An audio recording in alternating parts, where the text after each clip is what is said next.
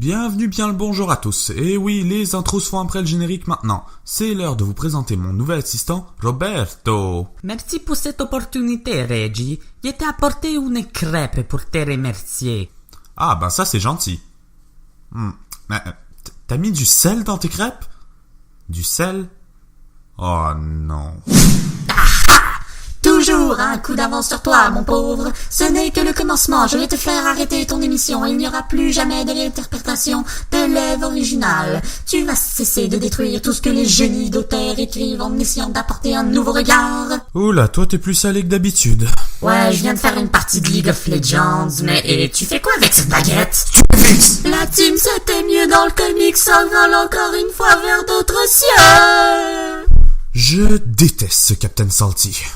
Bref, sur ce, bienvenue à la théorie des grands fans. Aujourd'hui, on parle de Harry Potter. Ah, Harry Potter.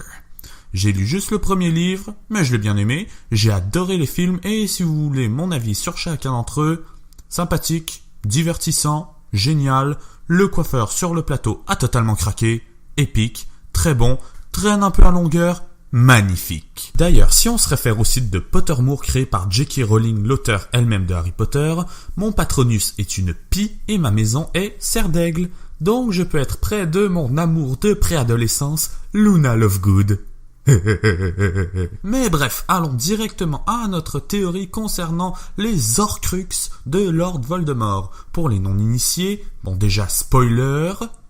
on va se débarrasser de ça, mais aussi un Horcrux est créé suite à un meurtre par la volonté du meurtrier en général et servent à contenir une partie de l'âme de ce dernier au cas où le corps serait détruit. Logique. Voldemort en a créé 7, son journal intime, Nagini son serpent, la bague de sa mère, le collier de Serpentard, la coupe de Poufsouffle, le diadème de Serdaigle et Harry Potter lui-même. J'aimerais attirer votre attention sur quelque chose. Déjà, dans Le Prince de Sang Mêlé, le 6e volet de la saga, le jeune Tom Jedusor pose des questions au professeur Slughorn par rapport aux Horcruxes et lui demande s'il doit commettre 7 meurtres pour créer 7 Horcruxes. Voldemort, ayant Horcruxé Harry par accident, oui, j'ai dit Horcruxé, il n'en a créé que 6 intentionnellement. Sauf si l'on pense au professeur Quirrell, qui lui servait d'Horcrux temporaire. Cet Horcrux, ta théorie est aussi ratée que toi. Stupéfixe! C'est pour ça que c'est une théorie.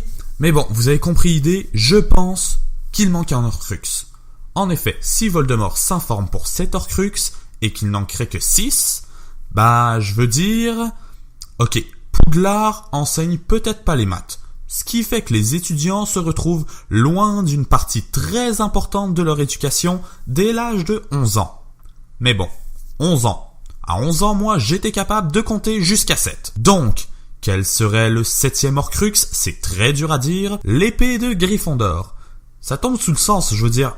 Au cours de la saga, quand on essaye de détruire un Horcrux, il se défend. Hermione dit à Harry que l'épée absorbe seulement ce qui en renforce. Comme l'âme du plus grand mage noir de tous les temps, par exemple. Aussi, la coupe de Poufsouffle, le diadème de Serdaigle, le collier de Serpentard. Il manque juste Gryffondor. Donc au final, l'épée étant la possession de Gryffondor et étant très difficile à détruire en raison de son immunité à ce qui attaque le métal en général comme la rouille, on se retrouve avec un Horcrux quasiment indestructible et en bonus difficile à trouver. Mais pour avoir l'épée, Voldemort a besoin d'un Gryffondor à ses côtés.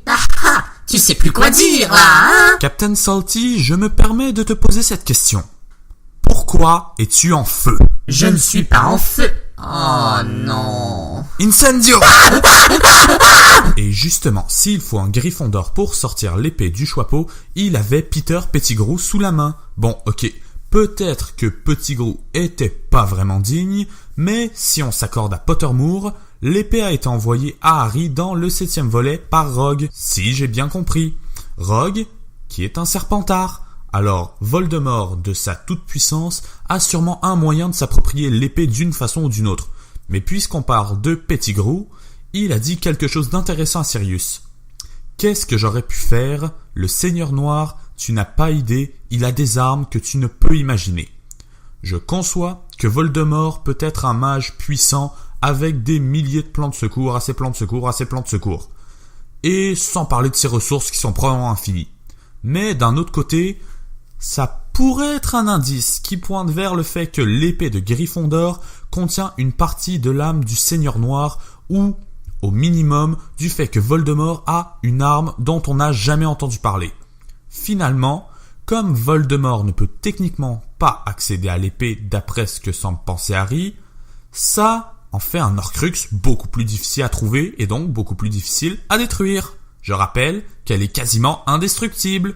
Donc maintenant, on a un Horcrux indestructible et introuvable. Dérivons de Voldemort pour se diriger vers un autre artefact de la saga que vous connaissez bien, la baguette de Suro. Petit rappel, elle a été donnée à un des 3 frères qui ont réussi à tromper la mort. Au fil du temps, on l'a tué dans son sommeil et son assassin a volé la baguette.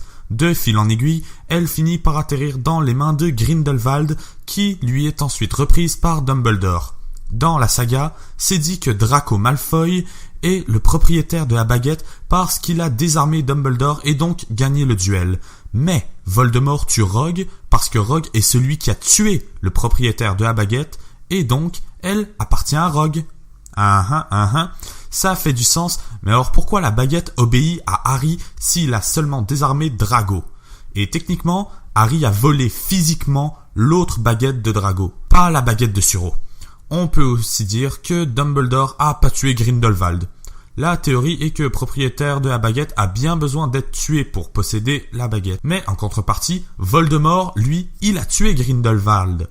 Donc, en conclusion, Voldemort est bien le maître de la baguette de Suro. Tout ce que je viens de dire vient de la vidéo de Super Carlin Brothers, lien dans la description. Mais je pense à quelque chose. Si Voldemort était bien le maître de la baguette, pourquoi est-ce qu'elle lui résistait? À cause de son premier propriétaire, bien sûr. Je pense que le premier frère, le premier propriétaire de la baguette, a transformé sa baguette en Horcrux. Si l'âme du sorcier est encore ancrée dans la baguette, il est normal qu'elle résiste à Voldemort. Je vous vois venir, elle résiste pas à Dumbledore, blablabla, mais Voldemort dit que la baguette lui résiste et que la puissance dont il fait preuve vient de lui-même, à cause de sa propre puissance. Dumbledore est un sorcier surpuissant. La baguette lui résistait probablement et tous les tours de force qu'on le voit faire vient prendre de sa propre puissance, comme Voldemort. Mais pourquoi transformer sa baguette en Horcrux? Simplement parce que, c'est la baguette de Suro. Le premier des 3 frères ne pensait jamais perdre un duel à cause de sa puissance, mais il savait qu'un jour il mourrait. Vieillesse, maladie, accident, tout ce que tu veux. Alors un Horcrux dans la baguette, qu'il pensait avoir sous surveillance toute sa vie, était parfait. La baguette résiste à Voldemort. On a déjà établi que les Horcrux ont tendance à résister à quelconque force extérieure. Vous voulez des exemples d'Horcrux qui résistent aux forces extérieures? Il y a le journal de Tom Jedusor qui invoque quand même le freaking basilic. C'est pas rien. Ou juste le collier de Serpentard. Il fait quand même bien peur à Ron. Il y a le diadème de Rowena Serdaigle. C'est pas très précis ce qu'il fait, mais bon, moi, une espèce d'explosion de fumée noire, j'appelle ça résister. Mais Grindelwald n'a pas tué Gregorovitch, le premier propriétaire qu'on connaît de la baguette de Suro. Devinez qui l'a tué? Eh oui, c'était Voldemort. Alors au final, je sais que ces 2 théories peuvent avoir leurs faiblesses, mais j'y ai beaucoup réfléchi, et sincèrement, je trouve que c'est un nouvel œil sympathique sur la saga. Donc dites-moi ce que vous en pensez en commentaire, abonnez-vous au passage, et tant qu'à faire, laissez aussi votre maison et votre Patronus. Sur ce, je vous laisse, on envoie le générique.